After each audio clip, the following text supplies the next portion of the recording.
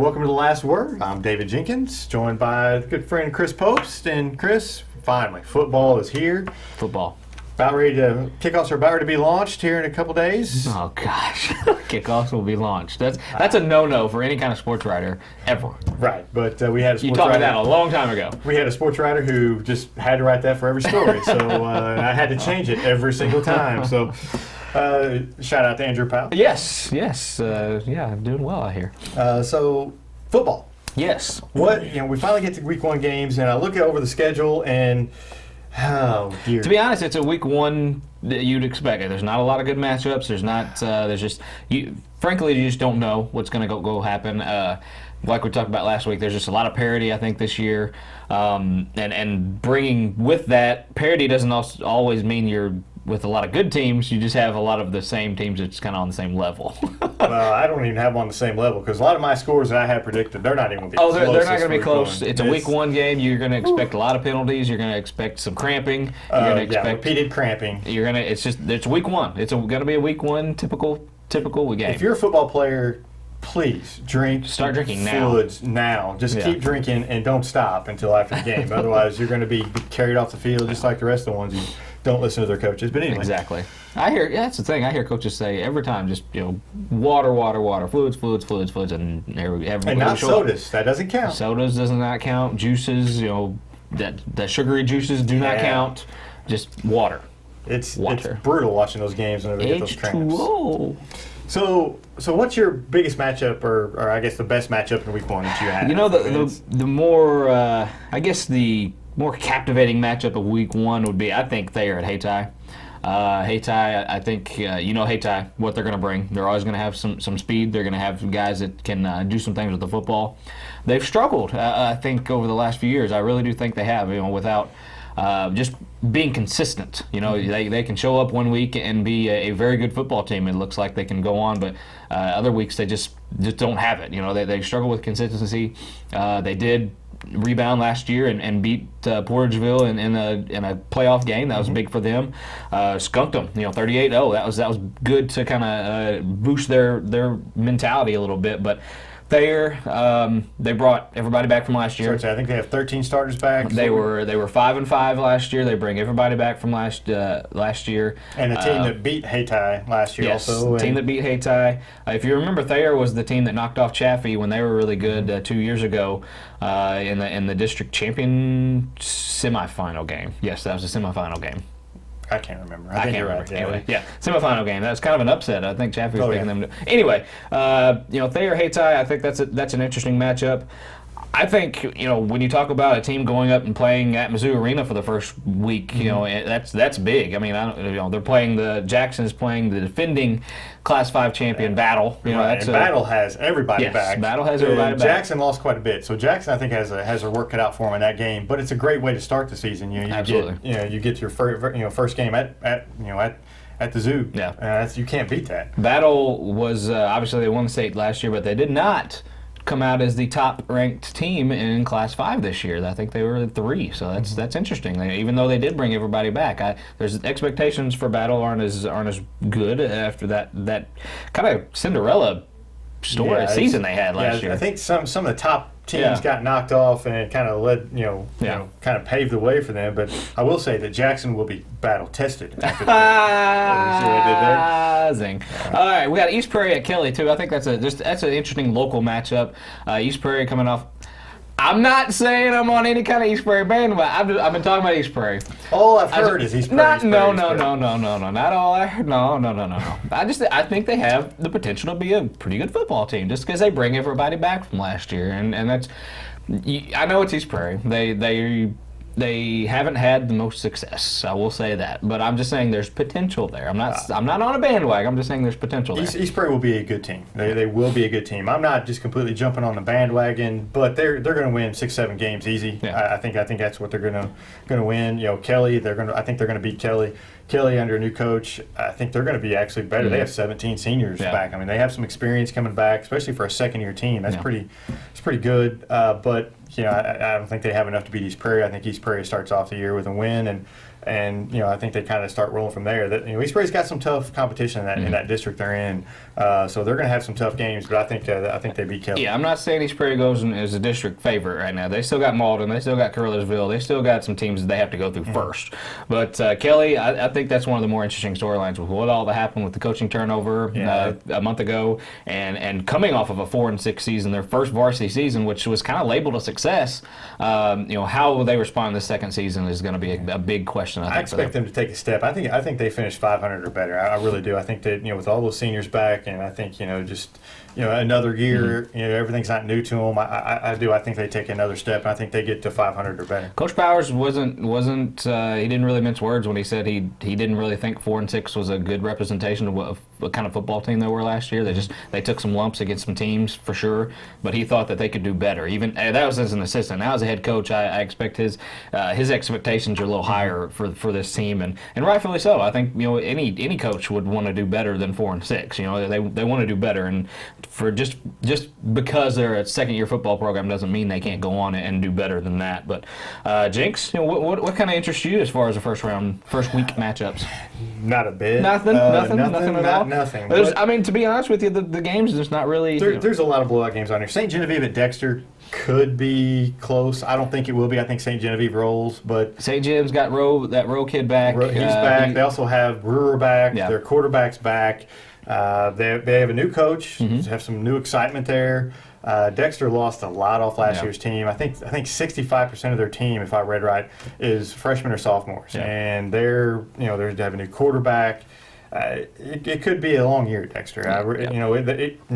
These young guys are going to get some playing time, but with these teams that typically play a lot of young players, usually it takes some lumps, and this could be that kind of year. I think St. Genevieve, with their experience, I think they come down to Dexter and roll. They've owned Dexter in the past anyway. I think they roll. Yeah, and I kind of point out Mountain View Liberty at Curlersville. It's nice. Mountain View Liberty has kind of had their way with Curlersville. They truck them every year. They do. Mountain View Liberty came out as a state-ranked team. Curlersville, they lost a lot as well. And they lost even more because they're missing a few players. They're got missing ejected from the let's not brawl forget of that. Malden. Some of those younger underclassmen that got ejected will not be playing in week one. Curlersville's got a rough first game. They do. Now after that, I think things get a little easier for them. Well, not that much because they have Malden, I think, next. But I think Crowsville's going to have a good team. I really expect them to have a good team, and I expect them to be pretty much on equal terms with Malden. I think that's going to be a brawl, so to speak, between the two. To see who wins, but this week one for Crowsville, just try to survive it. Yeah. You're filled with the zingers today. What's going on? Lack of sleep. Feeling peppy a little bit. You got the zingers, brawl, and battle tested. That's right. Oh, I have more. We'll, as we go through, I have some more. Oh, God help us. Okay. Kennett. Coming in and the year that they had, I know we kind of talked about them last week, but they go to Fredericktown. I expect them to win this one as well. I think it's going to be interesting to see with Edward Wilson in that quarterback position, starting in that quarterback position, how that kind of takes their team on for this season. Fredericktown will be better. I think they're going to be better than last year. They have a lot back. Second year into their new coach, so they're going to be better. But I don't think they can contain Edward Wilson. They couldn't last year. I just think they just can't contain him. I think Kennett wins. I think Kennett's going to have a good year. We talked about it last week in our preview show that Kennett, this is their 100th year of football. They're really trying to get behind this football program. There's a lot of excitement after what happened last season. This being the 100th year just adds to it. You've got the Pixleys down there who are really turning that thing around. This could be a turning point year for Kennett if they can just stay healthy, which they have problems doing year after year. If they can just stay healthy, keep Edward Wilson healthy, I think they've got a great chance to go a long way in that district. Yeah, and let's see. Let's just go through our picks and let's see who's going to win. All right, we got Murat Academy at Portersville. Who you got, Jinx? Well, I got Portersville. I'm a Portersville homer. I like some Portersville. You talk about a bandwagon. You got blue and gray, and I'm wearing the blue underwear right now. I love those Bulldogs. They're going to have a good year. I'm telling you, they have a lot back, and I think they're going to surprise people. I think they're going to have a good year. I'm right there with you. They're Portersville, East Prairie. That's going to be some good stuff. It is. There's going to be some good games in that. Go ahead. I thought you were going to talk. I was. Oh, sorry, I interrupted. My bad. East Prairie at Kelly, Jinx. East Prairie still? EP. EP with me too. Grandview at Chaffee. This is Really? this is good. Good matchup. No, I don't want to put any kind of disrespect for Chaffee because Coach Vic is an excellent, great guy. excellent coach. He's just gotten really. It's just not there. It's just not there. Small schools, talent comes and goes. Yeah. It's went. Yeah. And they're young. They are young. They have a lot of young players last year. They should be better this year. They are going to be better this year. I think they're going to win some games this year. This could be a game they win. This is a winnable game for them. Is. I'm still going to take Grandview, but Grandview's not any good either. So it's a coin flip. And I'll just take Grandview just until Chaffee wins a game. I'm going to take Grandview. So you think Chaffee gets off the snide and wins a game this year? Yeah, I do. I think agree. they win. I either think they beat Grandview or they play Fulton County. Mid-season, I think they win one of those two games. I agree. They get off the schneid, so I'm taking Grandview in this one. Jackson versus Battle. I'm going to go with Battle with this one just because Jackson lost a ton and Battle. Yeah, I think Jackson plays them close. I really do. I think Jackson's prepared, but I think Battle just has too much. Gotcha. Kennett at Fredericktown. Sticking with Kennett? Oh, I'm going with Kennett, yeah. Kennett with me as well. I'm going to take Mountain View Liberty at Caruthersville. That's just history has not been on Caruthersville's side in this game. It's just tougher Caruthersville that first game. Yeah. We'll go Liberty. Malden at New Madrid County Central. I'm going to take Malden. Another team that lost a lot, but still they're still going to be pretty good around here. Yeah, they opened that cupboard and they still got quite a few pieces there. Even though they did lose a lot, but they still have Nick Thompson. They have their quarterback back. They have some other playmakers that are going to be coming in. I think they're going to be fine. New Madrid, they have to replace all their playmakers. Yeah. We have no idea who's going to be the quarterback. I don't know if they know at this point. I hope they do. Yeah, I think Malden rolls. Yeah, a little bit out of our coverage area, but Charles H. Sumner, team out of St. Louis, at Perryville. Really? Yes. Okay. Well, Sumner, I'm sure. Perryville's kind of close. I'm taking Perryville. Perryville, like you said earlier, they beat them by 1 point last year, so I'm going to stick with that 1 point. I think it's going to be 2 points this year. I think Sumner somehow squeaks it out. I think it's going to be a barn burner. I think it's going to go down to the wire. It's going to be exciting football up in Perryville Friday night. Just you exude sarcasm. All right, Poplar Bluff at Fox. This is kind of an interesting matchup, I think, for a big kind of big school matchup. Poplar Bluff's going to out Fox the Foxes. Oh my gosh, I got Poplar Bluff too. Let's just stop with this. Sykeston at Charleston. Charleston, this is another matchup that just really historically has not went in their favor the last few years. Sykeston, if everybody remembers, they 50 first quarter points last year. 50 points in the first quarter. That's just, I don't know if they'll do that again, but I'm going to put the over under at 40. I don't think Sykeston scores that many points in the first quarter this year. I think it was just kind of everything just came together and just worked out for them last year. I think Charleston's going to be better this year than they were last year. I think they're still really young. They're still trying to put it together. Again, it's one of those cases where, like in Chaffee, where your talent you lose talent. It just comes in cycles. Not a lot you can do, but I think Charleston will be better. But I think Sykeston rolls. Yeah, the enigma.